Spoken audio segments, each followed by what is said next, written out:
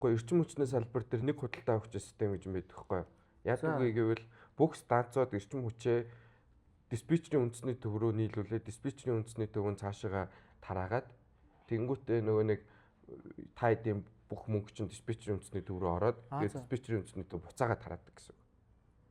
Авах хэрэгтэй хүмүүс рүү гаяа. Тийм. Мөнгөний хуваалцаад.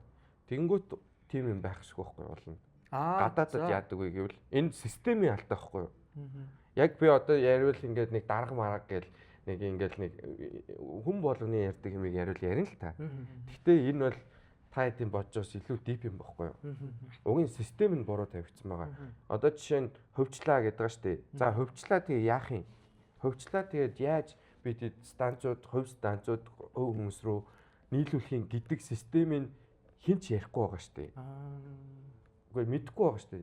Тэрийг ярьж байгаа юм байгаа юм уу? Тэгээд тэр бас тэнгуут гол бид хэдийн болохгүй байгаа юм энэ хувьтай биш зав системд байгаа. Тэнгуут яах вэ гэвэл ийм локал нөгөө нэг газар одоо жишээ нь эндээ ингээд энэ хэсэгдээ зардаг нэг хувь бизнес байн гарч ирэх хэрэгтэй байхгүй юу?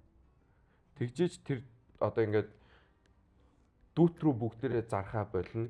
Тэгээд дундаас нь харин ийм нөгөө нэг хувь хүмүүс үүсдэг юм бэл. Тэгжиж энэ нөгөө нэг 2 3 ийм дамжлага явж иж нөгөө нэг өөртөө системээ зохиож штт те. Тийм.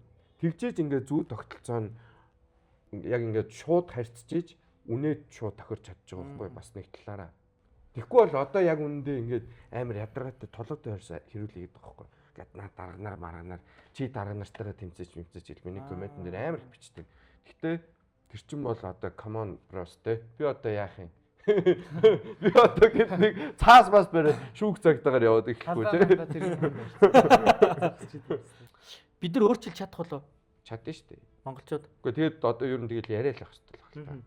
Ярьж иж тэр чин тэгэл ингээл багаар ингээл. Тэгэхгүй өмнө нь бол бүр ингээ огт ярихгүй юм амар олон жил явцсан. Тэгээ асуудал нь бүр одоо бүр юм амар том болсон.